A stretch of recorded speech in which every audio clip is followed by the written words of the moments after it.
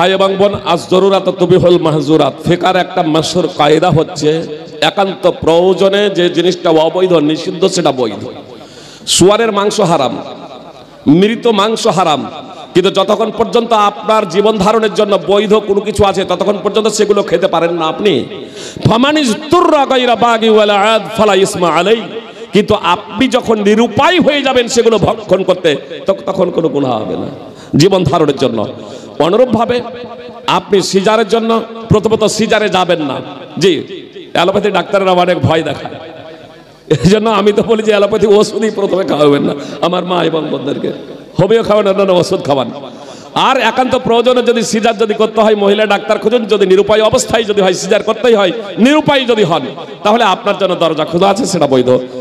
এখন হাওড়া স্টেশনে গীতা বুক স্টলে একটা বই নিতে যাচ্ছি, দোকানদারকে বলছি ওই বেদান্ত দর্শনটা দেন তো। বেদান্ত দর্শন দোকানদারের কাজ হলো বই বিক্রি করা, যত সেল হবে তত তার লাভ হবে। উনি বেদান্ত দর্শন আমাকে দিয়ে দিয়েছেন, কিন্তু পার্শ্বেই ছিলেন আমার পার্শ্বে দুই ভদ্রলোক হিন্দু, একজন ডক্টর বিনয়। যে এই ডক্টর বিনয় ইনি আমার উপরে চরম রেগে গিয়েছেন, বলছেন আরে আপনি এই বই কেন নেবেন, এগুলো আমাদের ধর্মগ্রন্থের বই। বুঝেছি, আসলে আপনাদের মাদ্রাসায় এগুলো পড়ানো হয় সাম্প্রদায়িকতা ছড়ানোর জন্য। সাম্প্রদায়িকতা সৃষ্টির লক্ষ্য এবং উদ্দেশ্যে এগুলো আপনাদের মাদ্রাসায় শিক্ষা দেওয়া হয়। এগুলো আমাদের ধর্মের বই, আমাদের বই আপনি নেবেন কেন? একদম চরম রেগে গিয়েছেন। আমি বললাম দাদা, আমাদের মাদ্রাসায় এগুলো পড়ানো হয় না। উনি বললেন কেন তবে নেবেন? আমি বললাম এটা জানার জন্য। আপনি কেন নেবেন? এগুলো আমাদের ধর্মের বই, এগুলো আপনি পড়তে পারেন না। আমি তাকে বললাম দাদা, আপনি যে বলছেন সাম্প্রদায়িকতা ছড়ানোর জন্য, তো আমি বেশি লেখাপড়া করিনি, 2002 এর কথা বলছি। আমি বললাম আমি বেশি লেখাপড়া করিনি, সাম্প্রদায়িকতা কাকে বলে এটাই আমার অজানা। আমার অজান্তে আমার দ্বারা সাম্প্রদায়িকতা কথাবার্তা আচার আচরণ কর্ম হয়ে যেতে পারে। তো দাদা একটু সাম্প্রদায়িকতা কাকে বলে এটা একটু বলবেন? উনি কিন্তু আর সাম্প্রদায়িকতার সংজ্ঞা দিচ্ছেন না, উনি শুধু বারবার একটা কথাই বলছেন, এগুলো হচ্ছে আমাদের ধর্মগ্রন্থের বই, খ্রিস্টানদের ধর্মগ্রন্থের বই হচ্ছে বাইবেল, আর আপনাদের মুসলমানদের ধর্মগ্রন্থ হলো আল কোরআন। আমি বললাম দাদা, আপনি যখন বলছেন যে এগুলো আমাদের ধর্মগ্রন্থের বই, তো আচ্ছা বেদ পড়েছেন? বলছেন না না, অত মোটা মোটা বইয়ের কথা কেন বলছেন? আমি বললাম বেদ তো অনেকগুলো, মাশহুর 4খানা বেদ, 4খানা বেদের মধ্যে 1খানাও বেদ পড়েননি। আচ্ছা বুঝেছি, তাহলে মহাভারত পড়েছেন? বলছে এ তো আরো মোটা বই। আমি বললাম তাহলে রামায়ণ পড়েছেন? বলছে না না, ও সব পড়েনি। আমি বললাম তাহলে পুরাণ পড়েছেন? আমি বললাম অনেক পুরাণ, 18খানা পুরাণের মধ্যে 1খানাও পুরাণ পড়েননি। আমি বললাম তাহলে মনুস্মৃতি পড়েছেন? আমি বললাম যে মনুস্মৃতি বিখ্যাত বই ফেকা খণ্ডের হিন্দু ধর্মের, এই বইটাও পড়েননি, তাহলে বুঝি তাহলে উপনিষদ পড়েছেন? বলছে না না, আপনি শুধু মোটা মোটা বইয়ের নাম নিচ্ছেন।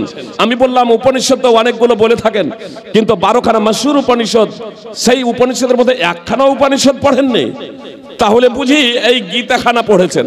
বলছে না না, এগুলো আসলে পড়ি না, আমরা পুস্তিকাগুলো পড়ি, ছোটি ছোটি বই। তা আমি বললাম এই বইগুলো বললেন যে আমাদের, আর তারপরে আপনারাও পড়েননি। আমি বললাম দাদা, সাম্প্রদায়িকতার সঙ্গে কিন্তু আপনি দেননি। ফার্মেসিতে সচল ওষুধও পাওয়া যায়, ভালো ওষুধও পাওয়া যায়, যার ডেট আছে, আর এক্সপায়ার ডেট হয়ে গেছে ওষুধের, যে ডেট ওষুধগুলো যে এক্সপায়ার হয়ে গেছে সেই ওষুধগুলো কিন্তু ফার্মেসিতে পাওয়া যায়। সেই ফার্মেসিতে যে ফার্মেসিওয়ালা প্রতারক, ধোঁকাবাজ, তো আপনি যদি শিক্ষিত হন তো আপনাকে ওই এক্সপায়ার ডেটালা ওষুধগুলো দেবে না, কিন্তু যদি মূর্খ যদি হন, জাহেল হন, অজ্ঞ হন, তাহলে কিন্তু ওই এক্সপায়ার ডেটগুলো আপনাকে দেবে। এজন্যই তো ওই ফার্মেসিওয়ালা প্রতারক আপনার রেখেছেন। সব ফার্মেসিওয়ালা প্রতারক এমনটি না, যারা মানে প্রতারক তারা এক্সপায়ার ডেটগুলো রাখে, আর অশিক্ষিত জাহেল অজ্ঞ মূর্খদের এগুলো দিয়ে দেয়। তা আমি বললাম আপনি বেদ পড়েননি কেন? আসলে আপনি যে বলছেন যে এগুলো পড়েনি, আসলে আপনাদের তো পড়ার তো পারমিশন নাই, অনুমতি নাই। বেদ পাঠ করার অপরাধে আপনাকে জাহান্নামের নরকে যেতে হবে, নরকে যেতে হবে। আপনার মহাভারত, রামায়ণ, শ্রীমদ্ ভগবত গীতা আপনারা সবাই পড়বেন কি করে? আপনার উপনিষদ পড়বেন কি করে? তখন সেই ভদ্রলোক আমাকে বলছে, দাদা আমাকে ক্ষমা করবেন, চিনতে পারিনি। আমি বললাম শুনুন, সম্ভবত এক সময় ভারতের ধর্মগ্রন্থ ছিল বেদ। আমি বললাম যে কনফার্ম এটা বলছি না, তার কারণ বেদ পুরকালে আসমানি গ্রন্থ ছিল, গীতা আসমানি গ্রন্থ। এটা আমরা মুসলমান কেন, ও মুসলমানরাই তো সবাই মানে না, হিন্দুরাই তো এটা সবাই মানে না। বেদ যে আসমানি গ্রন্থ, এ বেদই তো বলে না যে আমি আসমানি গ্রন্থ। তাহলে এ বেদকে আসমানি গ্রন্থ মানার কোনো অর্থই হয় না। হ্যাঁ, বাইবেল আসমানি গ্রন্থ ছিল, বাইবেল আসমানি গ্রন্থ ছিল, মানে তাওরাত এবং ইনজিল। তো তাওরাত এবং ইনজিল বর্তমানে পরিবর্তন হয়ে গেছে, বিকৃত হয়ে গেছে। সেটা নাসেরার এক সময় ধর্মগ্রন্থ ছিল, আপনার বনী ইসরাইলের ধর্মগ্রন্থ ছিল। মুসা আলাইহিস সালামের উপরে আল্লাহ তাআলা অবতীর্ণ করেছিলেন তার অনুসারী যারা আজকে ইহুদি বলে দাবি করে, তাদেরকে তাওরাত দেওয়া হয়েছিল। এবং ইনজিল যারা আজকে খ্রিস্টান বা ঈসাই বলে দাবি করে, তাদেরকে দেওয়া হয়েছিল। সেগুলো পরিবর্তন হয়ে গেছে, বিকৃত হয়ে গেছে। আর বেদ যে আসমানি গ্রন্থ কোনকালে ছিল, এটা তো আজকে বুঝাই যাচ্ছে না। আর পবিত্র কোরআন আপনি বললেন শুধু মুসলমানদের, কিন্তু পবিত্র কোরআন মুসলমানদের ধর্মগ্রন্থ এমন না। যখন মুহাম্মদ সাল্লাল্লাহু আলাইহি সাল্লামের উপরে আল্লাহ তাআলা এই পবিত্র কোরআন অবতীর্ণ করলেন, তখন মুহাম্মদ সাল্লাল্লাহু আলাইহি সাল্লাম তো কুরাইশদের, মক্কাবাসীদের, মুশরিকদের অন্যান্য সবাইকে দাওয়াত দিলেন, আহ্বান জানালেন, এই পবিত্র কোরআন হলো সমগ্র মানব জাতির জন্য ধর্মগ্রন্থ।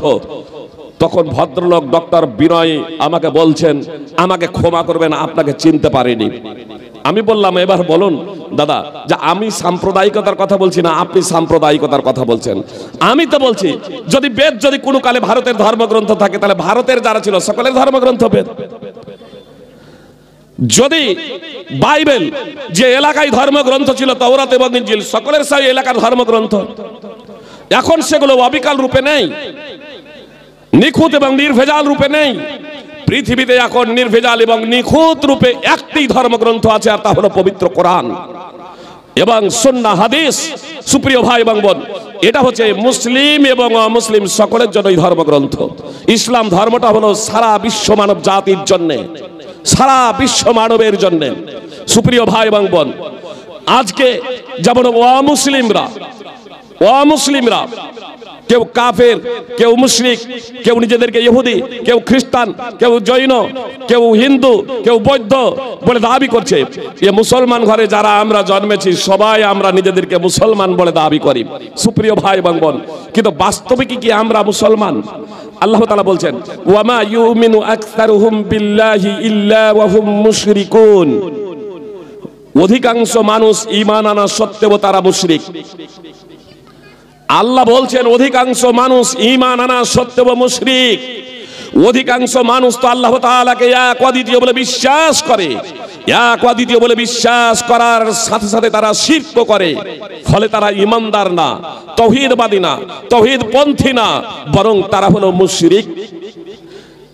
সূরা ইউসুফ 12 নম্বর সূরার 106 নম্বর আয়াত আল্লাহ তাআলা বলেন, আল্লাযীনা আমানু ওয়া লাম ইয়ালবিসু ঈমানাহুম বিযুলমিন উলাইকা লাহুমুল আমনু ওয়া হুম মুহতাদুন। যারা ঈমান এনেছে, ঈমান নিয়ে আসার পরে নিজেদের ঈমানকে জুলমের সাথে সংমিশ্রণ করেনি, তাদের জন্য রইল নিরাপত্তা এবং তারাই হেদায়েত প্রাপ্ত। সূরা নাম 6 নম্বর সূরার 82 নম্বর আয়াত আল্লাহ তাআলা মাত্র আয়াতে স্পষ্টভাবে বললেন, ঈমান নিয়ে আসার পরে নিজেদের ঈমানকে জুলমের সাথে সংমিশ্রণ করেনি। জুলুম বলতে শিরক। সুতরাং এই আয়াত যখন অবতীর্ণ হলো রাসূলুল্লাহ সাল্লাল্লাহু আলাইহি সাল্লামের উপরে, তখন সাহাবায়ে কেরাম রাদিয়াল্লাহু তাআলা আনহুম বললেন, আইয়ুনা লাম ইয়াজলিম নাফসা, আমাদের মধ্যে এমন কি আছে যে নিজের নফসের উপরে, নিজের সত্তার উপরে, নিজের জীবনের উপরে অন্যায় করেনি, জুলুম করেনি। সাহাবায়ে কেরাম রাদিয়াল্লাহু তাআলা আনহুমদের মাতৃভাষাতে কোরআন অবতীর্ণ হচ্ছে, আর সাহাবায়ে কেরাম রাদিয়াল্লাহু তাআলা আনহুম কোরআনের তাৎপর্য বুঝতে হিমশিম খাচ্ছেন, তাৎপর্য বুঝতে পারছেন না। সুপ্রিয় ভাই এবং বোন, আজকে যারা হাদিস ছাড়া কোরআন বুঝার প্রচেষ্টা করে, হাদিস ছাড়া কোরআন বুঝার প্রচেষ্টা করে, সুপ্রিয় ভাই এবং বোন, এদের জন্য এতে চরম শিক্ষা রয়েছে। সুপ্রিয় ভাই এবং বোন, মুহাম্মদ সাল্লাল্লাহু আলাইহি সাল্লামকে সাহাবায়ে কেরাম বলছেন, আল্লাহ রাসূল সাল্লাল্লাহু আলাইহি সাল্লাম, আমাদের মধ্যে এমন কি আছে যে নিজের নফসের প্রতি, নিজের জীবনের প্রতি জুলুম করেনি, অন্যায় করেনি? তখন মুহাম্মদ সাল্লাল্লাহু আলাইহি সাল্লাম বললেন, তোমরা কি শুনোনি লোকমান সিও পুত্রকে কি বলেছিলেন? ইয়া বুনাইয়া লা তুশরিক বিল্লাহ ইন্নাশ শিরকা লা যুলমুন আযীম। সূরা লোকমান 31 নম্বর সূরার 13 নম্বর আয়াতের অংশ বিশেষ। আল্লাহ তাআলা বলেন যে লোকমান তার স্বীয় পুত্রকে বলেছিলেন, লা তুশরিক বিল্লাহ, তুমি আল্লাহর সাথে শরীক করো না, তুমি আল্লাহর সাথে কাউকে শরীক সাব্যস্ত করো না। ইন্না শিরকা লা যুলমুন আযীম, নিশ্চয় শিরক হলো বড় জুলুম, বড় অন্যায়। তো অত্র আয়াতে সূরা আনামের 82 নম্বর আয়াতে ঈমানকে জুলমের সাথে যে মিলাতে নিষেধ করেছেন, তার তাৎপর্য হলো যে শিরকের সাথে সংমিশ্রণ করো না। ঈমান নিয়ে আসার পরে তোমরা শিরক করো না। যদি শিরক না করো তাহলে তোমাদের জন্যই রইবে নিরাপত্তা। আল্লাহ বলছেন যারা ঈমান নিয়ে আসার পরে, যে সমস্ত ঈমানদার এবং মুসলমান আছে, ঈমানদার এবং মুসলমান আছে, তারা ইসলাম গ্রহণের পরে, ঈমানদার হওয়ার পরে তারা যদি শিরক না করে তাহলে তাদের জন্যই রয়েছে নিরাপত্তা এবং তারাই হেদায়েত প্রাপ্ত। হেদায়েত এবং নিরাপত্তা এই দুটো নির্ভর করছে আমাদের শিরক না করার উপরে। সুপ্রিয় ভাই এবং বোন, আমি আপনাদের বলেছি আজকে আলোচনা একটু শেষের দিক থেকে করব, তো আসুন শেষের দিক থেকে করি। আসলে শিরক হলো দুই ধরনের, একটা হলো বড় শিরক, একটা হলো ছোট শিরক। বড় শিরকটা প্রথম, তো বড় শিরকটার আমি পরে আলোচনা করব, ছোট শিরক নিয়ে প্রথমত আলোচনা করি। ছোট শিরক আবার দুই প্রকারের, একটা হলো প্রকাশ্য শিরক আর একটা গোপনীয় শিরক, যাকে বলা হয় শিরকে জলি ও শিরকে খাফি। প্রকাশ্য শিরক আর গোপনীয় শিরক। শিরকে জলি তথা প্রকাশ্য শিরক আবার হলো তিন প্রকার। প্রকাশ্য শিরক হলো তিন প্রকার, কথা খুব মনোযোগ দিয়ে শুনুন। একটা হলো কর্মের মাধ্যমে প্রকাশ্য শিরক, একটা হলো কর্মের মাধ্যমে যাকে শিরকে ফেলি বলা হয়ে থাকে। মানে মাদ্রাসার তালবে ইলম যারা আছে ওরা শিরকে ফেলি, মানে বাংলা যতটা ওদের জন্য সহজলব্ধ নয়, বোধগম্য নয়, তার থেকে মানে উর্দুটাই, আরবিটাই তাদের কাছে সহজ। এজন্য শিরকে জলির তিন প্রকারের। এক প্রকার হচ্ছে ফেলি তথা কর্মগত, যেমন তাবিজ, মাদুলি, তালপাতা, গাছ ইত্যাদি লটকানো। রোগ বালা মুসিবত বিপদ আপদ থেকে মুক্তি পাওয়ার লক্ষ্য এবং উদ্দেশ্যে আপনার ঝিনুক, কড়া, চুল, তালপাতা ইত্যাদি, মাদুলি, তাবিজ ইত্যাদি আপনার লটকানো, ঝুলানো, পরা, এগুলো হচ্ছে শিরক। সুতরাং উকবা বিন আমির আল জুহানি রাদিয়াল্লাহু তাআলা আনহু সূত্রে বর্ণিত, নবী সাল্লাল্লাহু আলাইহি সাল্লামের নিকটে একটি দল এলো, যে দলে 10 জন ছিল। নবী সাল্লাল্লাহু আলাইহি সাল্লাম 9 জনের সাথে বায়াত করলেন, একজনের সাথে বায়াত করলেন না। তখন তারা বললেন, হে আল্লাহর রাসূল, আপনি 9 জনের সাথে বায়াত করলেন, একজনের সাথে করছেন না কেন? একজনের সাথে করলেন না কেন? তখন রাসূল সাল্লাল্লাহু আলাইহি সাল্লাম বললেন, ইন্না আলাইহি তামিমা, তার কাছে মাদুলি রয়েছে, তার কাছে তাবিজ রয়েছে। সেই ব্যক্তি তখন নিজের জামার হাতার ভিতরে হাতটাকে প্রবেশ করিয়ে মাদুলিটাকে ছিঁড়ে ফেলে দিল।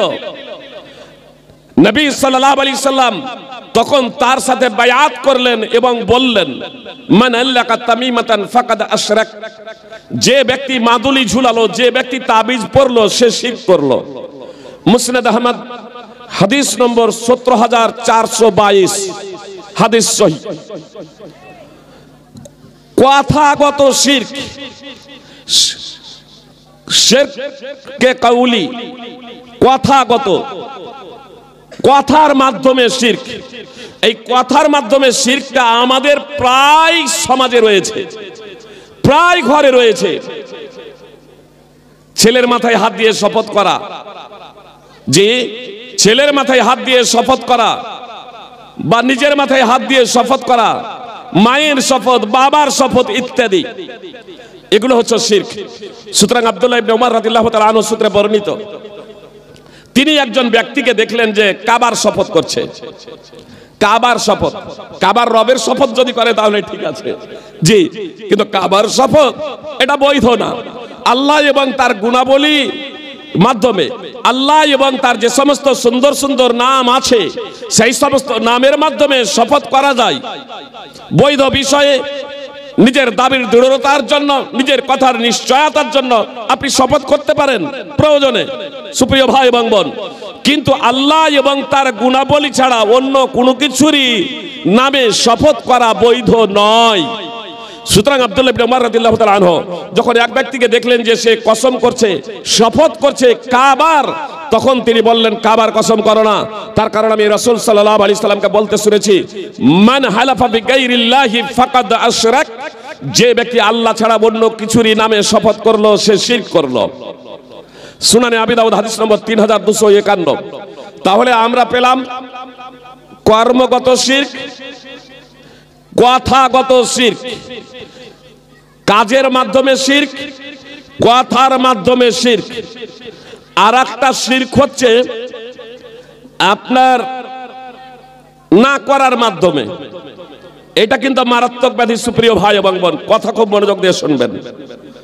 না করার মাধ্যমে শিরক, করার মাধ্যমে শিরক, কথার মাধ্যমে শিরক।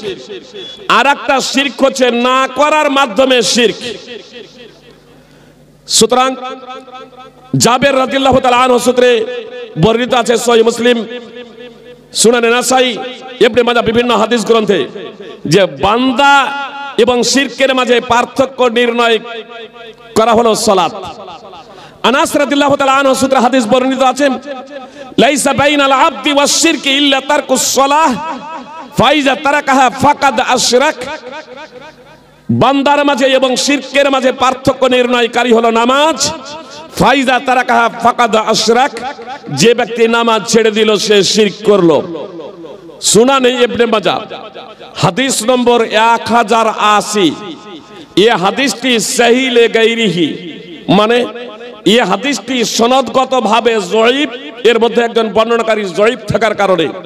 কিন্তু এই হাদিসটি সাওবান রাদিয়াল্লাহু তাআলা আনহু সূত্রে, বিশুদ্ধ সূত্রে বর্ণিত আছে, শারহ উসুল ইতিকাদে আহলি সুন্নাত ওয়াল জামাআহ হাদিস নম্বর 1521। সেই হাদিসের কারণে এই হাদিসটি সহিহ, তার কারণ হাদিসের ভাবার্থ একই। রাসূল সাল্লাল্লাহু সাওবান রাদিয়াল্লাহু তাআলা আনহু বলেন যে রাসূল সাল্লাল্লাহু আলাইহি সাল্লাম বলেছেন, বান্দা এবং শিরকের মাঝে পার্থক্য নির্ণয়কারী হলো নামাজ। ফাইজা তারাকাহা ফাকাদ আশরাক, যে ব্যক্তি নামাজ ছেড়ে দিল সে শিরক করলো। সুপ্রিয় ভাই এবং বোন, আমাদের সমাজে পাড়ায় পাড়ায় আত্মীয় স্বজনে এমন কোনো আত্মীয় স্বজন পরিবার নেই, ব্যতিক্রমে একান্তি পরিবার, যে পরিবারে 100% নামাজ পড়ছেন। আমাদের সিংহভাগ পরিবার তথা 95% মুসলমান বর্তমানে আপনার বেনামাজি, নামাজ পড়ে না। তো নামাজ না পড়ার মাধ্যম দিয়ে এরা শিরক করছে। কথা খুব মনোযোগ দিয়ে শুনুন। আজকে সারা পৃথিবীতে মুসলিমরা ভীত এবং সন্ত্রস্ত, সারা পৃথিবীতে মুসলিমরা ভীত এবং সন্ত্রস্ত। এই মুসলিমরা ভীত এবং সন্ত্রস্ত কেন জানেন? মুসলিমরা ভীত এবং সন্ত্রস্ত কেন জানেন? এদের তো ভীত এবং সন্ত্রস্ত হওয়ার কথা নয়। এরা তো একমাত্র আল্লাহ তাআলাকেই ভয় করবে, আল্লাহ ছাড়া আর কাউকে ভয় করবে না। কিন্তু এরা আজকে ভীত সন্ত্রস্ত কেন? এদের উপরে জুলম নির্যাতন চলছে কেন? সুপ্রিয় ভাই এবং বোন, এই ভারতের মাটিতে প্রায় মুসলিমরা প্রায় 1000 বছর রাজত্ব করেছে। তারপরেও মুসলিমরা ভীত সন্ত্রস্ত অবস্থায় ছিল না। বিজেপি আপনার হিন্দুরা ভীত সন্ত্রস্ত অবস্থায় ছিল না।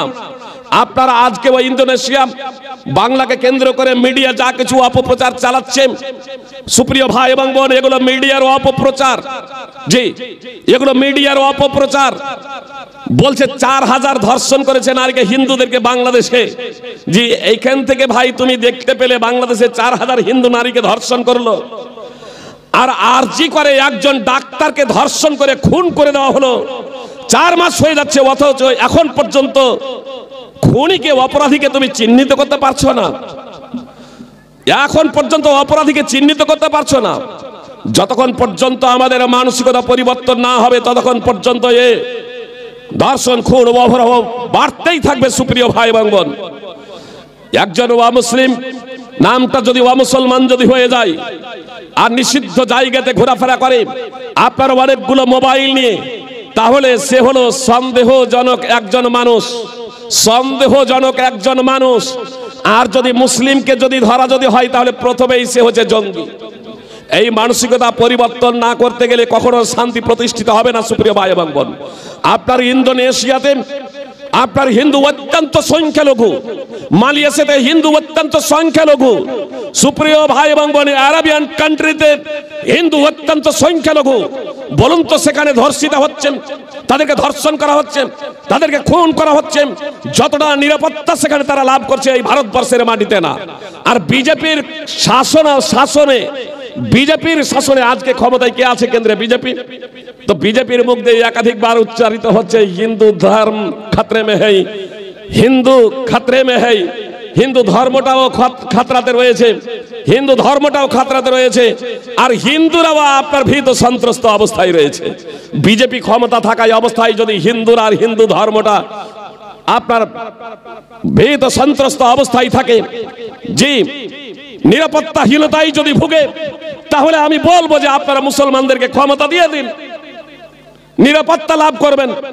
আপনারা নিরাপত্তাহীনতায় ভুগবেন না, সুখ এবং শান্তি লাভ করবেন। সুপ্রিয় ভাই এবং বোন, যেমন দেখছেন আপনার মালয়েশিয়া, যদি বলেন যে এখানে মুসলমানরা যে সংখ্যাগুরু হলে মুসলমানরা সংখ্যাগুরু হলে অমুসলিমরা সুখ এবং শান্তি লাভ করবে।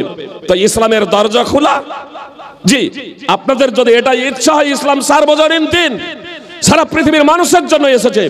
আপনাকে সাদরে আহ্বান জানাচ্ছি, কালেমায়ে শাহাদাত পড়ে মুসলিম হয়ে যান, কোনো সমস্যা নাই। সুপ্রিয় ভাই এবং বোন, তাহলে ধর্মে বাধ্যবাধকতা নাই।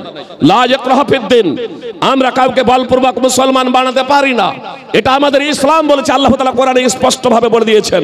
সুপ্রিয় ভাই এবং বোন, আসুন এই মুসলিমরা আজ ভীত এবং সন্ত্রস্ত অবস্থায়। আমি আপনাদের বলি, একদিকে বিজেপি বলছে হিন্দুরা ভীত সন্ত্রস্ত অবস্থায় আছে। পৃথিবীতে আজ ভারতবর্ষের মাটিতে আপনার সংখ্যাগুরু হচ্ছে তারা, এমনকি ক্ষমতায় আছে তারা, তারপরেও নিরাপত্তাহীনতায় ভুগছেন এবং ভীত সন্ত্রস্ত অবস্থায় তারা জীবন কাটাচ্ছেন। এটা কাটাবেন, এটা স্বাভাবিক। আল্লাহ পবিত্র কোরআনে কি বলছেন শুনুন, সানুলকি ফি কুলুবিল্লাযিনা কাফারুর রুবা বিমা আশরাকু বিল্লাহি মা লাম ইউনাজ্জিল বিহি সুলতানা ওয়া মাওয়াহুমুন নার ওয়া বিইসা মাসওয়াজ জালিমিন। সূরা আলে ইমরান 3 নম্বর সূরার 151 নম্বর আয়াত আল্লাহ তাআলা স্পষ্টভাবে বলছেন, অচিরেই কাফেরদের অন্তরে আমি আতঙ্ক ঢেলে দেব। আল্লাহ কি বলছেন? অচিরেই অবিশ্বাসীদের অন্তরে আমি আতঙ্ক ঢেলে দেব। বিমা আশরাকু বিল্লাহি মা লাম ইউনাজ্জিল বিহি সুলতানা, এটা এ কারণে যে তারা আল্লাহর সাথে এমন কিছুকে শরীক করেছে যার দলিল আল্লাহ তাআলা অবতীর্ণ করেন নাই। তাদের ঠিকানা হবে জাহান্নাম। তা কতই না নিকৃষ্ট স্থান। সুপ্রিয় ভাই এবং বোন, তাহলে মানুষের অন্তরে আল্লাহ যে আতঙ্ক ঢেলে দিব বললেন, কারণ উল্লেখ করছেন। অবিশ্বাসীদের অন্তরে আতঙ্ক ঢেলে দিব বললেন, মানুষের অন্তরে আতঙ্ক ঢেলে দিব বললেন, কারণ উল্লেখ করছেন। এজন্যই ঢেলে দিব যে তারা আল্লাহর সাথে শিরক করেছে। শিরক এত বড় অপরাধ যে এই পৃথিবীতেও নিরাপদ ভাবে সুখ এবং শান্তি লাভ করতে পারবে না। কোটি কোটি টাকার মালিক হলেও এই বুঝি জান গেল, এই বুঝি কেউ আক্রমণ করলো, এই আতঙ্কে তারা ভুগবে। সুখ এবং শান্তি জীবনে তাদের কখনো আসবে না। সুপ্রিয় ভাই এবং বোন, আল্লাহ নিজে বলছেন শিরক যারা করবে তাদের অন্তরে আমি আতঙ্ক ঢেলে দেব, ভয় ভীতি ঢেলে দেব। তো এটা বলতেই পারে বিজেপিরা যে বিজেপি খাতরে মে, হিন্দু ধর্ম খাতরে মে হ্যায়, হিন্দু খাতরে মে হ্যায়। সুপ্রিয় ভাই এবং বোন, এজন্যই যে আপনার তারা শিরকে জর্জরিত। মুসলমানরা ভীত এবং সন্ত্রস্ত কেন? মুসলমানরা যে শিরক করছে, মুসলমানরা শিরক করে না? আমি তো বললাম ছেড়ে দেওয়া, আমি বলেছি এমন না। নবী সাল্লাল্লাহু আলাইহি সাল্লাম বলেন ফাইজা তারাকা ফাকাদ আশরাক, যে নামাজ ছেড়ে দিল সে শিরক করলো। তাহলে না করার মাধ্যমে, ছেড়ে দেওয়ার মাধ্যমে 5 ওয়াক্তের নামাজ সাবালক সাবালিকা হয়ে যাওয়ার পরে আমাদের জন্য অপরিহার্য।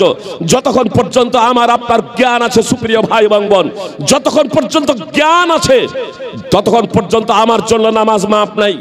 পানি থাকলে ওযু করুন, মাটি থাকলে, পানি নাই মাটি আছে তায়াম্মুম করুন, পানিও নেই মাটিও নেই, আপনি আছেন বিমানে, নামাজের টাইম হয়ে গেছে, জামা বাইনা সালাতাইন করেও আপনি আকাশে উড়ছেন, আপনি বিনা ওযুতে বিনা তায়াম্মুমে নির্ধারিত সময়ে আপনি নামাজ পড়ে নেন।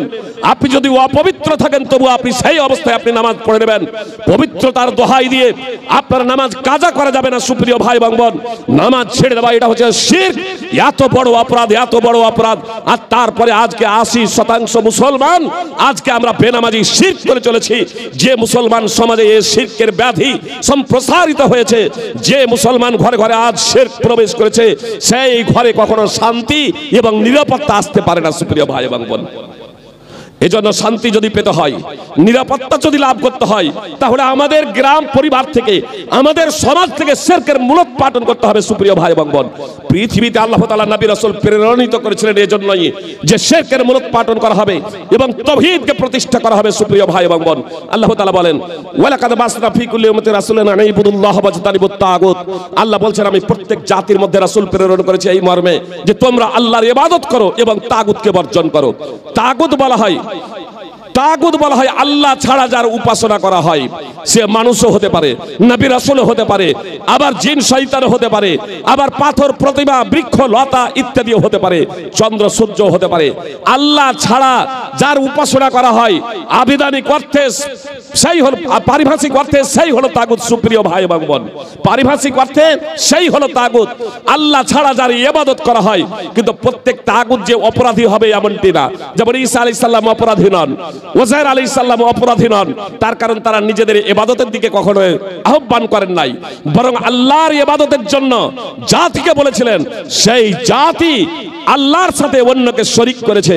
সুতরাং শিরকের ভয়াবহতা প্রসঙ্গে ঈসা আলাইহিস সালাম জাতিকে স্পষ্টভাবে বলেছিলেন যে তোমরা তোমাদের প্রতিপালক, তোমরা আমার প্রতিপালক এবং তোমাদের প্রতিপালকের উপাসনা করো। আল্লাহর উপাসনা করো যিনি আমার প্রতিপালক এবং তোমাদের প্রতিপালক। ইন্নাহু মান ইউশরিক বিল্লাহি ফাকাদ হারামাল্লাহু আলাইহিল জান্নাহ ওয়া মাওয়াহুন নার ওয়া মা লিয-যালিমিনা মিন আনসার। নিশ্চয়ই শিরক হলো, ঈসা আলাইহিস সালাম বলেছিলেন ইন্নাহু মান ইউশরিক বিল্লাহি ফাকাদ হারামাল্লাহু আলাইহিল জান্নাহ। নিশ্চয়ই যে ব্যক্তি আল্লাহর সাথে কাউকে শরীক করবে, আল্লাহ তার জন্য জান্নাতকে হারাম করে দেবেন এবং তার ঠিকানা হবে জাহান্নাম, তার কোনো সাহায্যকারী থাকবে না। সূরা মাইদা 5 নম্বর সূরার 72 নম্বর আয়াত। তাহলে আমরা বুঝতে পারলাম শিরক এত বড় ভয়াবহ অপরাধ, এত বড় ভয়াবহ অপরাধ, যে ঘরে, যে পরিবারে, যে সমাজে আপনার শিরক থাকবে সেই সমাজের মানুষ আতঙ্কগ্রস্ত হবে। আতঙ্কগ্রস্ত অবস্থায় তারা জীবনযাপন করবে, সুখ এবং শান্তি প্রকৃত অর্থে তারা লাভ করতে সক্ষম হবে না এই শিরকের কারণে সুপ্রিয় ভাই এবং বোন। এবং শিরক যদি করা হয় তাহলে জান্নাত হারাম, তার ঠিকানা হবে জাহান্নাম, তার কোনো সাহায্যকারী থাকবে না সুপ্রিয় ভাই এবং বোন। শিরক এমন অপরাধ, এমন অপরাধ যে ওযু বিনষ্ট হয়ে যাওয়ার যেমন কতগুলো কারণ আছে, অনুরূপ ভাবে ইসলাম বিনষ্ট হয়ে যাওয়ার কতগুলো কারণ আছে সুপ্রিয় ভাই এবং বোন। খুব মনোযোগ দিয়ে শুনুন। ওযু বিনষ্ট হয়ে যাওয়ার যেমন কতগুলো কারণ আছে, ঈমান এবং ইসলাম বিনষ্ট হয়ে যাওয়ারও কতগুলো কারণ আছে। তার মধ্যে এক নম্বর হিসেবে যারা উল্লেখ করেছেন মুহাদ্দিসিন কিরাম, ফুকাহায়ে এজাম তথা স্কলার, কোরআন এবং হাদিসের যারা মহাপণ্ডিত, তাওহীদ সংক্রান্ত যারা বই লিখেছেন, নাওয়াকিদুল ইসলাম সম্পর্কে যারা বই লিখেছেন, তারা 1 নম্বরে রেখেছেন শিরক। শিরকের কারণে ঈমান এবং ইসলাম বিনষ্ট হয়ে যাবে। একটা মানুষ 60-70 বছর ধরে ইবাদত করে আর তারপরে সে যদি শিরক যদি করে, বড় ধরনের শিরক, তাহলে তার ঈমান এবং ইসলাম বিনষ্ট হয়ে যাবে সুপ্রিয় ভাই এবং বোন। শিরক এত বড় অপরাধ, এত বড় অপরাধ।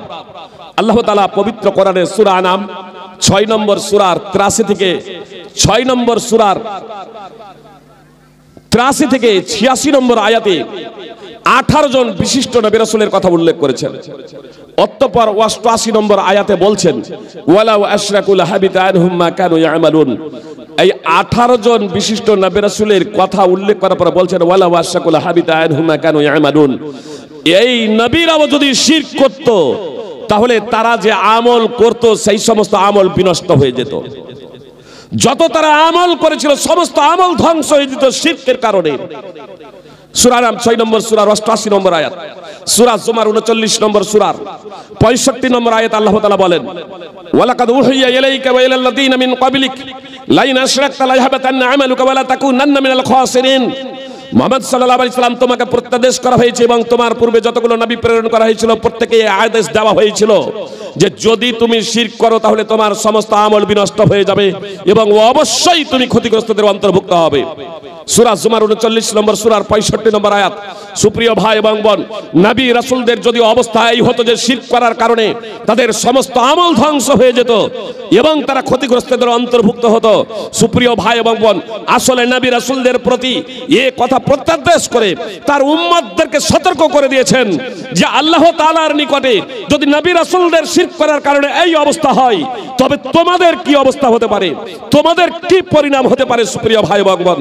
আর সেই অবস্থায় যদি মৃত্যুবরণ হয়ে যায় তাহলে জান্নাতে যাবার কখনোই প্রশ্নই নেই। আল্লাহ তাআলা বলেন, ইন্নাল্লাহা লা ইয়াগফিরু আন ইউশরাকা বিহি, নিশ্চয় আল্লাহ তাআলা তার সাথে শরীক করাকে ক্ষমা করবেন না। সূরা নিসা 4 নম্বর সূরার 48 এবং 116 নম্বর আয়াতের অংশ বিশেষ।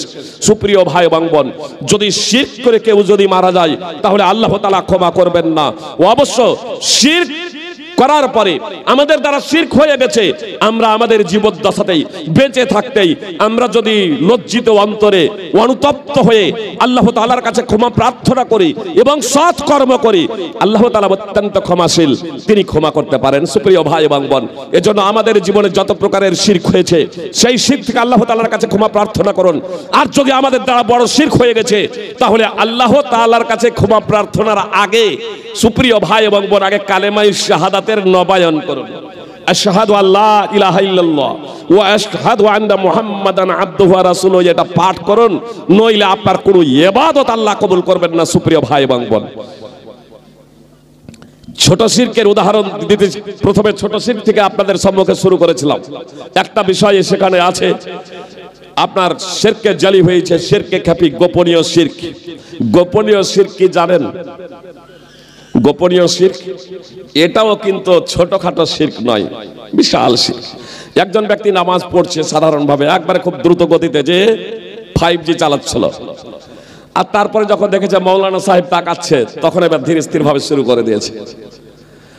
নামাজ পড়ে না, নামাজ পড়ে না। কেউ মারা গেছে, জানাজার নামাজ পড়তে এসেছে, কেন?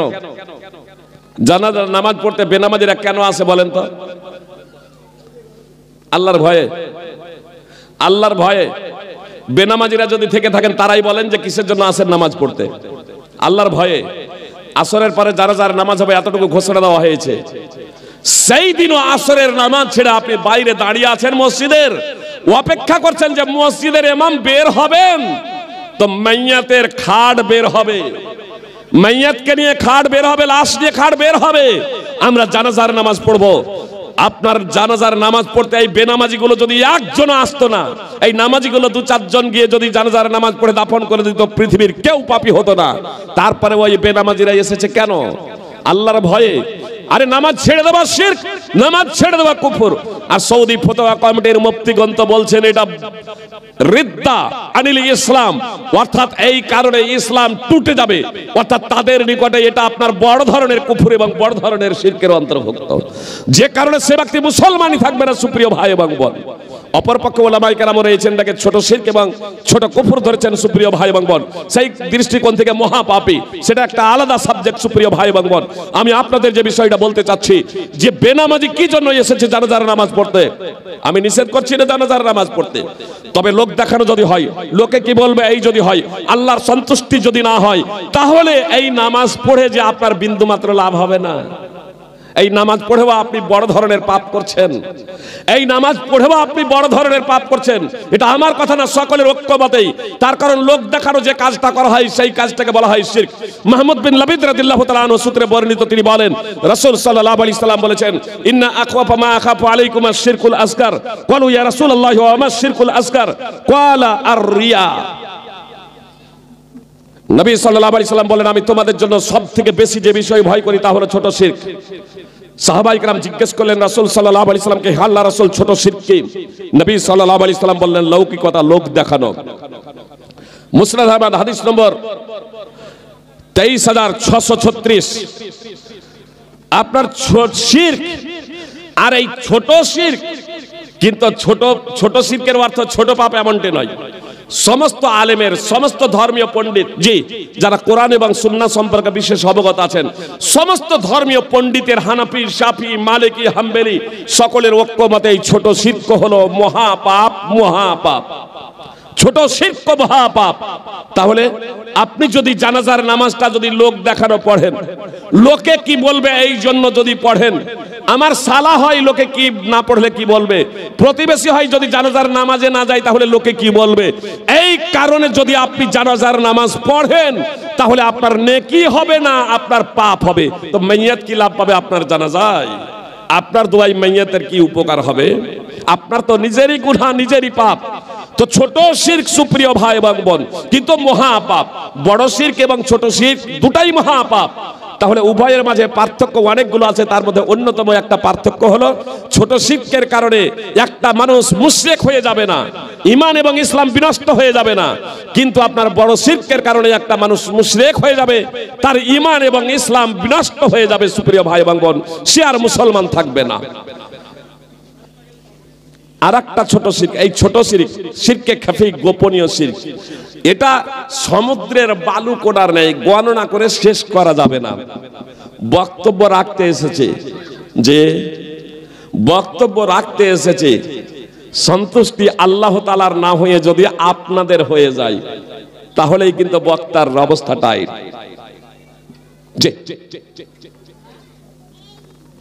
বক্তব্য রাখতে এসেছি, হাদিয়া না পেলে অসন্তুষ্ট, হাদিয়া দিয়েছেন মনোপুত না হলে অসন্তুষ্ট, এটাও শিরক। আবু হুরায়রা রাদিয়াল্লাহু তাআলা আনহু বলেন, তাইসা আব্দুদ দিনার ওয়াদ দিরহাম ওয়াল কাতিফাত ওয়াল খামিসা ইন উতিয়া রাদিয়া ওয়া ইল্লাম ইউতা লাম ইয়ারদা। নবী সাল্লাল্লাহু আলাইহি সাল্লাম বলেন, রূপ এবং স্বর্ণের দাস ধ্বংস হয়ে যাক, স্বর্ণ মুদ্রা, রৌপ্য এবং স্বর্ণ মুদ্রার দাস ধ্বংস হোক, চাদর এবং শালের দাস ধ্বংস হোক,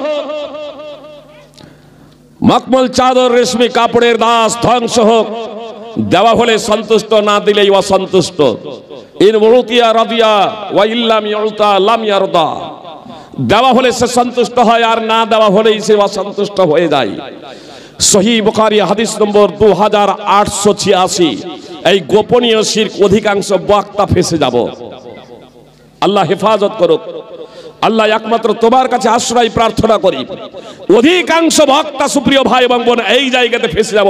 বড় ধরনের শিরক, এটা ছোট শিরক কিন্তু মহাপাপ সুপ্রিয় ভাই এবং বোন।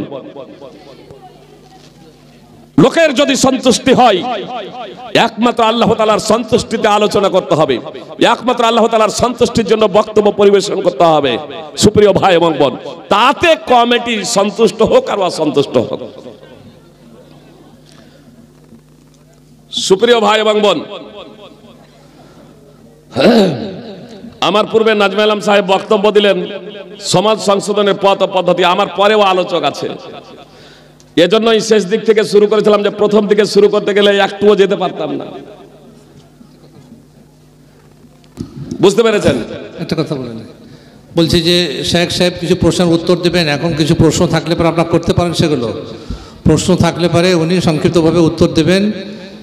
প্রশ্ন পাঠাতে পারেন, যদি প্রশ্ন থাকে শেখ সাহেবকে প্রশ্ন করতে পারেন। নির্দিষ্ট সময়ের পরে আর হবে না। যদি কারো প্রশ্ন থাকে লিখিতভাবে দিতে পারেন বা শেখ সাহেবকে জিজ্ঞাসা করতে পারেন। যে সুপ্রিয় ভাই এবং বোন, টাইম প্রায় আমার শেষ হয়ে গেছে। আপনারা কমন বক্তব্য কেন্দ্র করে কিছু প্রশ্ন যদি পাঠাবো না, দু একটা তাহলে পাঠাতে পারেন। বুঝতে পেরেছেন? মানে পুরো আলোচনা করা সম্ভবই হলো না। গুরুত্বপূর্ণ এই বিষয়টি খুবই গুরুত্বপূর্ণ বিষয় সুপ্রিয় ভাই এবং বোন। এজন্যই আল্লাহ তাআলা তাওহীদ প্রতিষ্ঠার জন্য এবং শিরকের মূলোৎপাটনের জন্যই, শিরক যতক্ষণ পর্যন্ত আমরা শিরককে বর্জন না করব ততক্ষণ পর্যন্ত তাওহীদ প্রতিষ্ঠা সম্ভব নয়। আমরা যে লা ইলাহা ইল্লাল্লাহ বলবো, তো শিরক যতক্ষণ পর্যন্ত অস্বীকার না করব ততক্ষণ পর্যন্ত আমরা লা ইলাহা ইল্লাল্লাহ বলতেই পারবো না। এবার না জানার কারণে লা ইলাহা ইল্লাল্লাহ বলবো, সেটা স্বতন্ত্র ব্যাপার। এজন্যই আজকে অনেক মুসলমান না জেনে শুনে কালেমা শাহাদাত পড়েছে, আশহাদু আল্লা ইলাহা ইল্লাল্লাহ ওয়া আশহাদু আন্না মুহাম্মাদান আবদুহু ওয়া রাসূলুহু, আর তারপরে মাজারে গিয়ে ও মাথা ঠুকে, কবরে গিয়ে ও সাজদা করে, মুহাম্মদ সাল্লাল্লাহু আলাইহি সাল্লামের কাছে ও প্রার্থনা করে, ওয়ালি আউলিয়াদের কাছে প্রার্থনা করে, বিপদ আপদ থেকে মুক্তির দোয়া করে, এবং অমুসলিমদের যে মূর্তি আপনার সরস্বতী পূজা, দুর্গা পূজা, কালী পূজা, সেগুলোতে গিয়ে আবার মাথা নত করে, আর তারপরে বসে ভাবে আমি আধুনিক মুসলমান। নাউজুবিল্লাহি মিন যালিক। সুপ্রিয় ভাই এবং বোন, মুশরিকরা আপনার থেকে, মক্কার মুশরিকরা আপনার থেকে অনেকটা তুলনামূলক ভালো ছিল। আজকে মুসলমানরা বিপদে পড়লে শিরক করে, আর তৎকালীন মক্কার মুশরিকরা বিপদে পড়লে বরং আল্লাহকে ডাকতো। আল্লাহ পবিত্র কোরআনে বলছেন, ওয়াইদা মাসসাকুমুদ দুররু ফিল বাহরি দাল্লা মান তাদউনা ইল্লা ইয়্যাহ ফালাম্মা নাজ্জাকুম ইলাল বাররি আরাজতুম ওয়া কানা আল ইনসানু কাফুরা।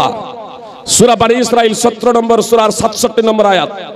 আল্লাহ বলছেন, তোমাদেরকে যখন বিপদ স্পর্শ করে সমুদ্রে, তখন আল্লাহ ছাড়া সবকিছু যাদেরকে তোমরা ডাকো তা হারিয়ে যায়, তোমাদের মন থেকে উধাও হয়ে যায়। আর যখন আল্লাহ তাআলা স্থলে তোমাদেরকে মুক্তি দেন, তখন তোমরা বিমুখ হয়ে যাও, আল্লাহকে ভুলে যাও। আল্লাহ বলছেন, মানুষ তো খুবই অকৃতজ্ঞ।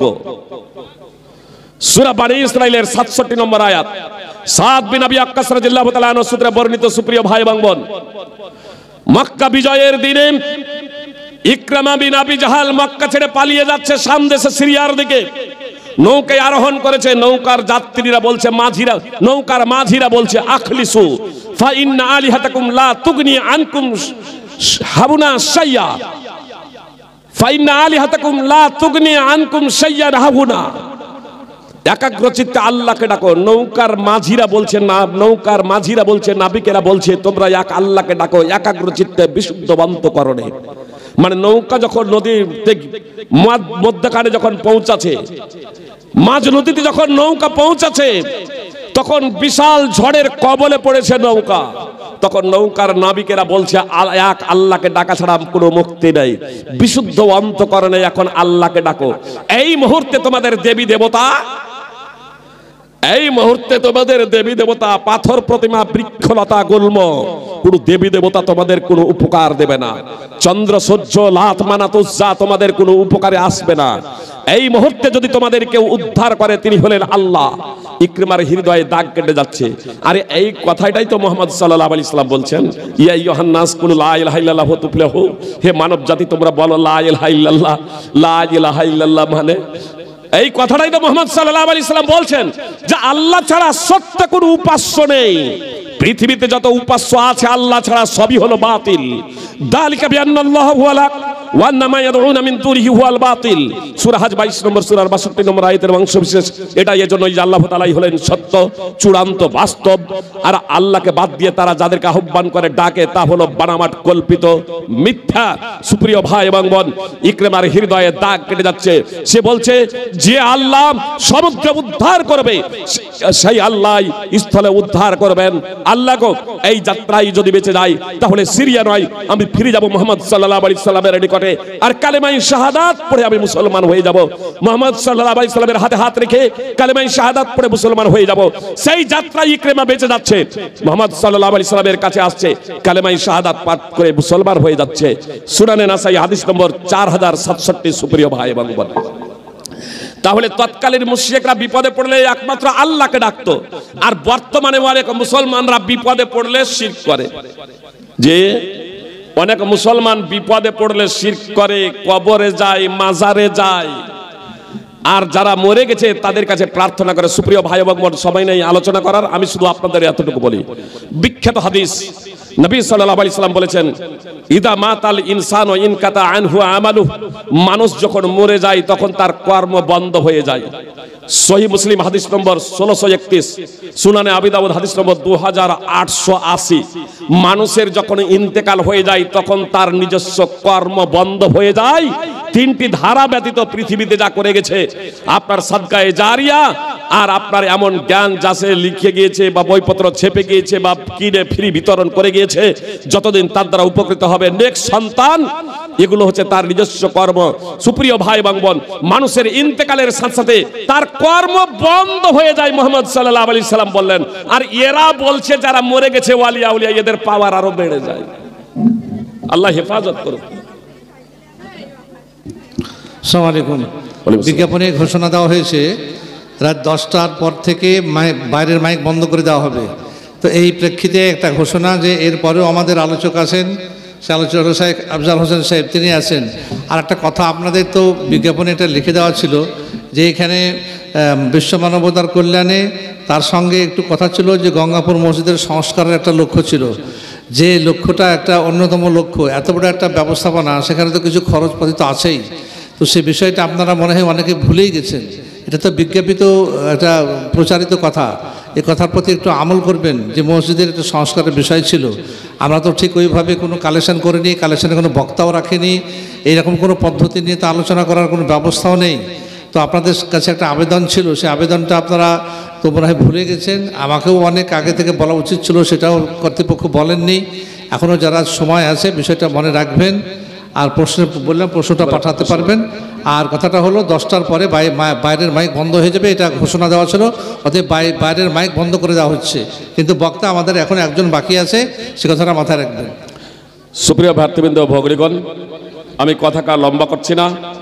ইনশাআল্লাহ আল্লাহ যদি বাঁচিয়ে রাখেন, পরবর্তীতে এবার প্রথম থেকে আলোচনা করব ইনশাআল্লাহ। প্রশ্ন?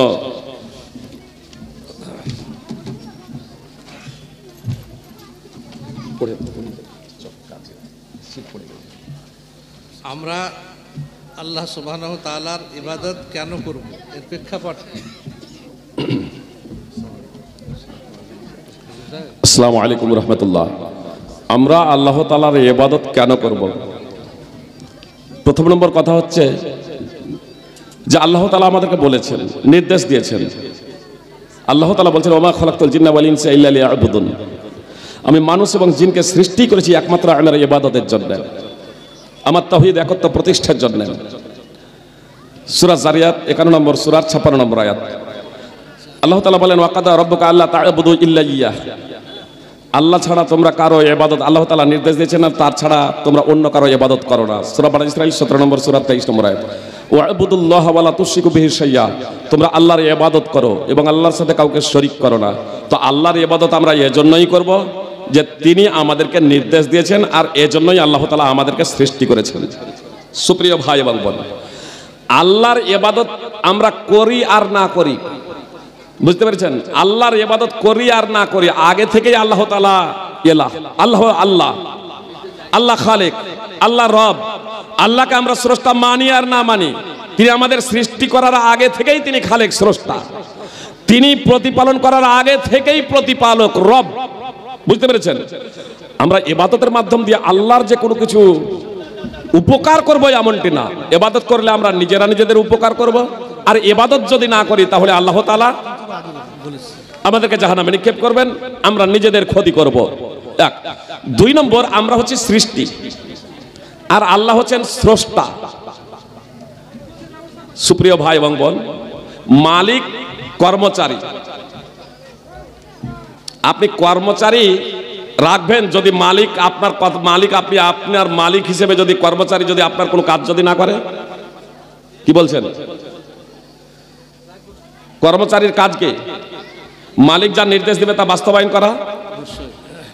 মালিক যা নির্দেশ দেবে তা বাস্তবায়ন করা, আর না হলে সে কর্মচারী হচ্ছে ধোঁকাবাজ।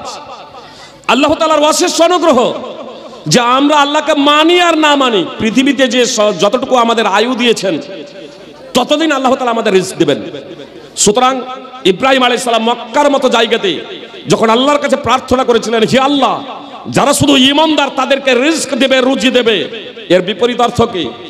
যারা কাফের, যারা মুশরিক, যারা নাস্তিক, যারা তোমার অবাধ্য, যারা তোমার ইবাদত করবে না, তাদেরকে রিজক দেবে না, তাদেরকে রুজি দেবে না। তো আল্লাহ তাআলা বলছেন, ওয়ামান কাফারা ফামাত্তিহু কালিলা সুম্মা ইস্তারহু ইলা আযাবিন নার। তো আল্লাহ বলছেন, যারা আমার অবাধ্য, যারা কাফের, যারা আমাকে মানে না তাদেরকেও আমি রিস্ক দেব। ওয়ামান কাফারা ফামাত্তিহু কালিলা, আমি তাদেরকেও রিস্ক দেব পার্থিব জীবনে, যতদিন তাদেরকে আয়ু দিচ্ছি রিস্ক দেব। তাহলে এটা আলাদা প্রসঙ্গ যে তারা যেহেতু আমাকে মানে না, এজন্য তাদেরকে টানতে টানতে জাহান্নামে নিক্ষেপ করে দেব। সুপ্রিয় ভাই বাঙ্গল, যেহেতু আল্লাহ তাআলা আমাদের স্রষ্টা, আল্লাহ তাআলা আমাদের মনিব, অবশ্য আল্লাহ তাআলার সাথে কোনো কিছুকে আল্লাহ তাআলার জন্য কোনো কিছু দৃষ্টান্ত পেশ করা যাবে না। সুপ্রিয় ভাই এবং বোন, কারোর সাথে সাদৃশ্য করা যাবে না। আল্লাহ বলছেন ফালা তাদরিবু লিল্লাহিল আমসাল ইন্নাল্লাহা ইয়ালামু ওয়া আনতুম লা তা'লামুন, তোমরা আল্লাহর জন্য দৃষ্টান্ত স্থাপন করো না, নিশ্চয় আল্লাহ জানেন আর তোমরা জানো না। সূরা নাহল 16 নম্বর সূরার 74 নম্বর আয়াত। সুপ্রিয় ভাই এবং বোন, যখন এই কথাটা এলাম, এখানে শুধু একটা কথা বলে দিই, আপনার বান্দা এবং আল্লাহর মাঝে, বান্দা এবং আল্লাহর মাঝে মাধ্যম নির্ধারণ করাটাও হচ্ছে ঈমান ভঙ্গের কারণ এবং শিরক। এটাও একটা ঈমান ভঙ্গের কারণ, ইসলাম ভঙ্গের কারণ। ঈমান এবং ইসলাম ভঙ্গের যে 10টি কারণ আছে তার মধ্যে এটাও একটা। বান্দা এবং আল্লাহর মাঝে, যেমন আপনার প্রধানমন্ত্রী, মুখ্যমন্ত্রী ইত্যাদি বলছে, যদি উকিল যদি না ধরা হয়, পীর যদি না ধরা হয়, তাহলে আল্লাহকে কিভাবে করবে? উকিল না ধরতে গেলে কিভাবে আপনি মুক্তি পাবেন? প্রধানমন্ত্রীর কাছে, রাষ্ট্রপতির কাছে কিভাবে পৌঁছাবেন? মুখ্যমন্ত্রীর কাছে কিভাবে পৌঁছাবেন যদি আপনি নেতা না ধরেন? তা আল্লাহ তাআলাকে নেতার সমতুল্য মনে করে। অথচ আল্লাহ তাআলা কোথাও বললেন না যে মাধ্যম দিয়ে তোমরা আমাকে ডাকো, কোন ব্যক্তির মাধ্যম দিয়ে আমাকে ডাকো, এই কথা বললেন না। বরং কি বলছেন? ওয়া ক্বালা রাব্বুকুম উদউনি আস্তাজিব লাকুম, আল্লাহ বলছেন তোমাদের প্রতিপালক বলেছেন তোমরা আমাকে ডাকো, আমি তোমাদের ডাকে সাড়া দেব। সূরা গাফির 40 নম্বর সূরার 60 নম্বর আয়াত। এই প্রসঙ্গে সূরা বাকরা 2 নম্বর সূরার 186 নম্বর আয়াত দ্রষ্টব্য। সুপ্রিয় ভাই এবং বোন, ফল কথা, আমরা যদি আল্লাহ এবং নিজের মাঝে মাধ্যম দাঁড় করিয়ে দিই, জি, যদি জীবিত সৎ ব্যক্তি হয় তাহলে তার মাধ্যম দিয়ে আমি দোয়া নিতে পারি। যেমন নবী সাল্লাল্লাহু আলাইহি সাল্লামের ইন্তেকাল হয়ে যাওয়ার পরে উমর রাদিয়াল্লাহু তাআলা আনহুর খেলাফতে, নবী উমর রাদিয়াল্লাহু তাআলা আনহুর শাসনকালে যখন অনাবৃষ্টি দেখা দিয়েছিল, উমর রাদিয়াল্লাহু তাআলা আনহু এবং সাহাবায়ে কেরাম রাসূল সাল্লাল্লাহু আলাইহি সাল্লামকে মাধ্যম হিসেবে আল্লাহর কাছে প্রার্থনা করেন নাই, বরং রাসূল সাল্লাল্লাহু আলাইহি সাল্লামের চাচা আব্বাস রাদিয়াল্লাহু তাআলা আনহু মাধ্যম দিয়ে তাকে বললেন আপনি দোয়া করুন। সুপ্রিয় ভাই এবং বোন, সহিহ বুখারী হাদিস নম্বর 1010, ফাতহুল বারী সহ দ্রষ্টব্য। তো আপনি সৎ ব্যক্তিকে গিয়ে বলতে পারেন আপনি দোয়া করুন, আপনার সৎকর্ম আছে সেই মাধ্যম দিয়ে আল্লাহর কাছে প্রার্থনা করতে পারেন। সুপ্রিয় ভাই এবং বোন, কিন্তু কোন ব্যক্তিকে মাধ্যম দাঁড় করাবেন এটা বৈধ না, কোনো ব্যক্তির মাধ্যম দিয়ে। আর বিশেষ করে যাদের ইন্তেকাল হয়ে গেছে তাদেরকে তো আপনি বলতেই পারেন না, তাদের কাছে প্রার্থনা করতেই পারেন না, নইলে এটা বড় ধরনের শিরক হবে। সুপ্রিয় ভাই এবং বোন, ঈমান এবং ইসলাম বিনষ্ট হয়ে গিয়ে মুশরিকে পরিণত হতে হবে। অমুসলিমদের অনুষ্ঠানে তাদেরকে উইশ করা বা শুভেচ্ছা বিনিময় করা কতটা সুন্নাত? সুপ্রিয় ভাই এবং বোন, মুসলিমদের অনুষ্ঠান দুই প্রকার হতে পারে। যেটা হলো বৈষয়িক দুনিয়াবি একটা বিষয়, বুঝতে পেরেছেন? আপনার একটা মুসলিমদের শিক্ষা প্রতিষ্ঠান আছে, আপনাকে আহ্বান জানাচ্ছে, আপনি সেখানে যাচ্ছেন, কোনো সমস্যা নেই। এক কথায় দুনিয়াবি বিষয়, পার্থিব বিষয়, মানে কোনো ইবাদত না। তো এই বিষয়ে দুনিয়াবি বিষয়, সেটা যদি পাপ কাজ যদি না হয় তাহলে পারস্পরিক সাহায্য সহযোগিতা করা যায়, বুঝতে পেরেছেন? যদি পাপ কাজ যদি না হয় সেই জায়গাতে, তাহলে সেখানে পারস্পরিক সাহায্য সহযোগিতা করা যায়। আর যদি সেটা যদি শিরক যদি হয়, পাপাচার যুক্ত যদি হয়, অথবা মুসলিমদের কোনো ধর্মীয় অনুষ্ঠান হয়, তাহলে সেখানে কোনো প্রকারের মুসলমানদেরকে যোগদান করা যাবে না। সাবেত ইবনে যাহক রাদিয়াল্লাহু তাআলা আনহু সূত্রে বর্ণিত, তিনি বলেন এক ব্যক্তি বুয়ানা নামক স্থানে একটি উট জবাই করার মানত করেছিল। সে নবী সাল্লাল্লাহু আলাইহি সাল্লামের নিকটে এসে বলল, আল্লাহ রাসূল সাল্লাল্লাহু আলাইহি সাল্লাম, ইন্নী নাদারতু আন আযবাহা ইবিলান বিবুয়ানা, আমি বুয়ানা নামক স্থানে একটা উট জবাই করার নজর মেনেছি, মানত মেনেছি। তো নবী সাল্লাল্লাহু আলাইহি সাল্লাম বললেন, হাল কানা ফিহা ওয়াসানুম মিন আওসানিল জাহিলিয়াতি ইউবাদ, ওই বুয়ানা নামক স্থানে কি জাহিলিয়াতের যুগে কোনো মূর্তি ছিল যার ইবাদত করা হতো? কোনো মূর্তি ছিল যার ইবাদত করা হতো? কোনো মূর্তি আছে যার ইবাদত করা হয়? সাহাবায়ে কেরাম বললেন না। নবী সাল্লাল্লাহু আলাইহি সাল্লাম আবার বললেন, হাল কানা ফিহা ঈদুম মিন আয়াদিহিম, সেখানে কি জাহিলিয়াতের কোনো উৎসব হতো? সুপ্রিয় ভাই এবং বোন, এই সেন্টেন্সটা খুব মনোযোগ দিয়ে শুনুন। অনেকেই বলে ধর্ম যার যার, উৎসব সবার। মুহাম্মদ সাল্লাল্লাহু আলাইহি সাল্লাম বলছেন সেখানে কি জাহিলিয়াতের বুয়ানা নামক স্থানে জাহিলিয়াতের কোনো উৎসব হতো? উৎসব অনুষ্ঠান হতো ধর্মীয় অনুষ্ঠান। সাহাবা ইকরাম বললেন না। তখন রাসূল সাল্লাল্লাহু আলাইহি সাল্লাম বললেন আউফি বিনাদরিক, তাহলে তুমি তোমার নজর পূর্ণ করো, মানত পূর্ণ করো। ইন্নাহু লা ওয়াফা লিনাদরিন ফি মাসিয়াতিল্লাহ, তার কারণে আল্লাহ তাআলার অবাধ্যতায় মানত পূর্ণ করা বৈধ নয়। সুনানে আবি দাউদ হাদিস নম্বর 3313। আপনার সেই জায়গাতে যদি অতীতেও যদি ধর্মীয় অনুষ্ঠান হতো মুশরিকদের, জাহেলিয়াতি লোকেদের, তাহলে মুহাম্মদ সাল্লাল্লাহু আলাইহি সাল্লাম সেখানে আপনার উট জবাই করতে বলতেন না, মানত পূর্ণ করতে বলতেন না। সুপ্রিয় ভাই এবং বোন, সেখানে প্রকাশ্যভাবে যেখানে বেধর্মীদের ধর্মীয় অনুষ্ঠান হচ্ছে সেখানে আপনি যাচ্ছেন সুপ্রিয় ভাই এবং বোন, এটাও তাদেরকে সমর্থন করা হচ্ছে পাপ কাজে। আর আপনি যদি অন্তর থেকে যদি মনে করেন তাদের ধর্মটাও ঠিক, তাহলে তা আপনি মুসলমানই না। আল্লাহ তাআলা আমাদের হেফাজত করুন। শেষ করুন। অমুসলিমদের অন্নপ্রাশন, বিবাহ, শ্রাদ্ধতে যাওয়া বা সেখানে গিয়ে খাওয়া দাওয়া করা কতটা ইসলাম সম্মত? সুপ্রিয় ভাই এবং বোন,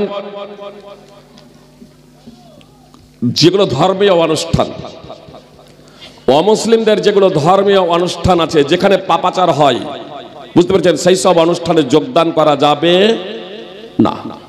আর সাধারণভাবে কোনো অনুষ্ঠান হচ্ছে যেখানে পাপাচার হয় না, ধর্মীয় অনুষ্ঠান হয় না, সাধারণ অনুষ্ঠান বললাম, যেমন আপনার স্কুল, বিদ্যালয় ইত্যাদি, বা সাধারণভাবে দরিদ্র অসহায়দের সাহায্য সহায়তার জন্য আপনার সাধারণভাবে তারা অর্থ সংগ্রহ করছে এবং আবার দরিদ্র অসহায়দের এরকম বিলি বন্টন করছেন। আপনার নিরক্ষরতা দূরীকরণের জন্য অভিযান চালাচ্ছেন, আপনাদেরকে আহ্বান জানাচ্ছেন। তো এই সব কাজে আপনারা যোগদান করতে পারেন, তাহলে ধর্মীয় কোনো অনুষ্ঠান যোগদান করতে পারেন না। আপনার সেই অনুষ্ঠানও মনে করেন ধর্ম আপনার শিক্ষা নিরক্ষরতা দূরীকরণের জন্য একটা মঞ্চ করেছেন, নিরক্ষরতা দূরীকরণের জন্য মঞ্চ, তাহলে এটা ভালো জিনিস, খারাপ নয়, এখানে আপনি অংশগ্রহণ করতে পারেন। কিন্তু গিয়ে যদি দেখেন সেখানে বাদ্যযন্ত্র হচ্ছে, গান বাজনা হচ্ছে, তাহলে সেখান থেকে ফিরে চলে আসুন, সেখানে তখন আর অংশগ্রহণ করা যাবে না। এক কথায় কোনো বেধর্মীদের কোনো ধর্মীয় অনুষ্ঠান বা পাপাচারের অনুষ্ঠানে কোনো মুসলমানদের জন্য যোগদান করা বৈধ নয়। শুধু তাদের নয়, মুসলমানদেরও কোনো জায়গায় আপনার মিলাদুন অনুষ্ঠান হচ্ছে, যে আপনার কবরে চাদর চড়ানো হচ্ছে, কবরের কাছে চাওয়া হচ্ছে, উরুস মেলা ইত্যাদি হচ্ছে, সেই জায়গাতে একজন মুসলমানের জন্য যোগদান করা বৈধ নয়। আল্লাহ তাআলা আমাদের প্রত্যেককে হেফাজত করুক। আকুলু কওলি হাযা আস্তাগফিরুল্লাহ লি ওয়া লাকুম মুসলিমিন। আসসালামু আলাইকুম ওয়া রাহমাতুল্লাহি ওয়া বারাকাতুহু। কবরে লাশ নামানোর সঠিক পদ্ধতি হচ্ছে পায়ের দিক থেকে যদি সম্ভব, যদি হয় পায়ের দিক থেকে সম্ভব, না হলে কেবলা, না হলে যে কোনো দিক থেকে নামাতে পারা যায়, কোনো সমস্যা নাই। মানে মাইয়াতের পায়ের দিক থেকে না, মানে মাথা আগে নামবে, মানে পায়ের দিক থেকে, অর্থাৎ আপনার দক্ষিণ দিক থেকে আগে মাথা নেমে যাবে, উত্তর দিকে মাথা থেকে নেমে যাবে, এবং লাশকে ডান কাতে শোয়াতে হবে, যে পুরো ডান কাতে, বলবেন যে পড়ে যাবে, যে সেইভাবে কবর আপনাকে খনন করতে হবে পুরো ডান কাতে। শুধু কেবলাটাকে ঘুরিয়ে দেওয়া, কেবলামুখী করা, এটা আসলে কেবলামুখী হলো না। সুপ্রিয় ভাই এবং বোন, এ কথায় শেখ উসাইমিন রাহিমাহুল্লাহ, আল্লামা নাসিরউদ্দিন আলবানী রাহিমাহুল্লাহ সহ ইমাম ইবনে হাজম রাহিমাহুল্লাহ সহ অনেকেই বলেছেন সুপ্রিয় ভ্রাতৃবৃন্দ, এবং এটাই সাব্যস্ত। একটা বিষয় বলি, কেবলামুখী হয়ে নামাজ পড়তে হবে না, হবে না? তো মুখটাকে ঘুরিয়ে দিলাম কেবলামুখী করে, এই নামাজ পড়ে এইভাবে বসেও নামাজ পড়া যায় যদি দাঁড়াতে না পারে, বা দাঁড়ালাম যে মাথাটাকে এইভাবে করে, মুখটাকে এইভাবে করে, এইভাবে বডিটাকে করে আছে, নামাজ হবে তো? কেন কেবলামুখী হয়েছে যে? তো যেখানে কেবলামুখী শুয়াবেন সেখানে মুখ পুরো চিৎ করে শুয়ে দিলেন, না তারপরে মাথাটাকে এইভাবে কেবলামুখী করে বলছে কেবলামুখী শুয়ে দিয়েছে, এটা কেবলামুখী হলো? এই হাস্যকর বিষয়। আল্লাহ তাআলা আমাদের প্রত্যেককে পবিত্র করুন, সুন্নাহ অনুযায়ী জীবনযাপন করার তৌফিক দান করুন, আমিন। শেখ, এটা আপনি দিয়ে দেবেন। আমাদের দেশ গণতন্ত্র, আমরা ভোট দিতে পারি কিনা কোনো অমুসলিমকে বা মুসলিমকে, এটা একটু বলুন। সুপ্রিয় ভাই এবং বোন, আমরা যেহেতু গণতন্ত্র দেশে বসবাস করছি, প্রথম নম্বর জেনে রাখবেন যে গণতন্ত্র ইসলাম না। প্রথম বিষয়টি হচ্ছে গণতন্ত্র ইসলাম না, এটা আমাদের স্মরণে রাখতে হবে, এক নম্বর। দুই নম্বর, যারা আমরা গণতন্ত্র দেশে বসবাস করি তাদেরকে ভোট দেওয়া যাবে কি যাবে না? জি, ভোট দেওয়া যাবে, আপনি অংশগ্রহণ করতে পারেন, এটা সাময়িকভাবে। তবে সৎ ব্যক্তিকে আপনি ভোট দেবেন, মানে ভোট দেওয়াকে মানে আপনি সমর্থন করছেন সৎ ব্যক্তি, যিনি সৎ, যাকে আপনি সৎ ভাবছেন সেই সৎ। দুটো বিষয় সুপ্রিয় ভাই এবং বোন, দুটো বোতলে মদ আছে, একবারে খুব সাধারণ উদাহরণ দিচ্ছি, আপনি কোনো বোতলেরই মদ খাবেন না, কোনো বোতলেরই মদ খাবেন না। যারা হারাম বলছেন তারা এই কথাই বলছে যে কমটাও খাওয়া যাবে না, বেশিটাও খাওয়া যাবে না, দুটোই খাওয়া যাবে না। সুপ্রিয় ভাই এবং বোন, আপনি মত প্রকাশ করেন আর না করেন, আপনি ভোট দেন আর না দেন, এতে কোনো যায় আসে না, এতে কোনো যায় আসে না। আপনি ভোট দেন আর না দেন, ভোট হবে না গণতন্ত্র দেশে 100% ভোট কখনো পড়ে না। আর ভোট দেওয়ার মাধ্যমে এটাও আছে যে আপনি প্রার্থী পছন্দ না হলে ভোট দেবেন না, তা আপনি নাই করুন, আমি ভোট দেব না, কোনো সমস্যা নেই। কিন্তু আপনি যখন ভোট দেবেন না, তখন গণতন্ত্র দেশে শাসক নির্বাচিত হবে না? আপনি এবার সেই শাসক যদি আপনি দেখেন যে আপনার ভোট থেকে বিরত থাকার জন্য, আপনার ভোট না দেওয়ার কারণে আরো সাধারণ মানুষের উপরে জুলম নির্যাতন করছে, বা আপনার অন্যায় অত্যাচার করছে, আপনার শোষণ করছে, তাহলে এই যে বেশি শোষণ করছে, যে জুলম নির্যাতন করছে, যে অপরাধী, তাকে অপরাধ থেকে বিরত রাখার জন্য আপনি এই ছোটর সাথে হাত মিলান। নবী সাল্লাল্লাহু আলাইহি সাল্লাম মক্কার বাড়িতে হিলফুল ফজল 9 নিষ্ঠার প্রতিজ্ঞা বলে একটা সংগঠন প্রতিষ্ঠা করেছিলেন অপরাধীদের অপরাধ থেকে বিরত রাখার জন্য এবং মাজলুম, নির্যাতিত, নিষ্পেষিত, দরিদ্রদের সাহায্য সহযোগিতা করার জন্য। মুহাম্মদ সাল্লাল্লাহু আলাইহি সাল্লাম বলছেন, উনসুর আখাকা জালিমান ওয়া মাজলুমা, তোমার ভাই সে অত্যাচারী হোক অথবা নির্যাতিত হোক, সহযোগিতা করো। সাহাবায়ে কেরাম বলছেন, আল্লাহর রাসূল, নির্যাতিতকে সহযোগিতা করবো এটা বুঝতে পারছি, কিন্তু অত্যাচারীকে কিভাবে সহযোগিতা করব? তো নবী সাল্লাল্লাহু আলাইহি সাল্লাম বলছেন, তাখুদুনা ফাওকা ইয়াদাই, তার হাতটাকে চেপে ধরে নাও, তাকে অত্যাচার করা থেকে বিরত রাখো। সুপ্রিয় ভাই এবং বোন, ফল কথা, ভোট দেওয়া জায়েজ, তবে এটা সাময়িক। কতক্ষণ? যতক্ষণ পর্যন্ত না ইসলামী শাসন ক্ষমতা প্রতিষ্ঠা হচ্ছে, যতক্ষণ না আমরা প্রকৃত মুসলমান হতে পারছি, প্রকৃত মুসলিম বানাতে পারছি। ইসলাম হলো সার্বজনীন দিন, এই জন্য নিজেদের সংস্কার সংশোধন করুন, আর অমুসলিমদের কাছে ইসলামের বার্তাটা পৌঁছে দিন। যখন ইসলামী শাসন ক্ষমতা প্রতিষ্ঠা হয়ে যাবে, আর তারপরে যদি আপনি বলেন, শাসক যদি বলে ইসলামী শাসক চুরি করেছে, গণতন্ত্র অনুযায়ী আমি, মানব বিধান অনুযায়ী আমি হাত কাটবো না, শাস্তি দেব, তখন অবশ্যই তাকে শাস্তি ভোগ করতে হবে। তখন আপনার চোরের চুরি করলে হাত কেটে দিতে হবে, এ বিধান লাগু করতে হবে ইসলামী শাসককে। সুপ্রিয় ভ্রাতৃবৃন্দ, কিন্তু আজকে কেউ যদি চুরি করে, কেউ যদি হত্যা করে, তাহলে আমি আপনি ব্যক্তিগতভাবে হত্যা করতে পারি না। এই গণতন্ত্র দেশেও নয়, ইসলামী দৃষ্টিকোণ থেকেও নয়। এর জন্য ইসলামী শাসন ক্ষমতা চাই। আর জনগণের উপরে গুলি চালিয়ে ইসলামী শাসন ক্ষমতা প্রতিষ্ঠা করবো, এ কথা ইসলাম বলে না। যারা এই ধরনের আন্দোলন করে তারা ইসলাম মোটেই বুঝে না। আল্লাহ তাআলা আমাদের প্রত্যেককে পবিত্র কোরআন ও সুন্নাহ বুঝার তৌফিক দান করেন, আমিন।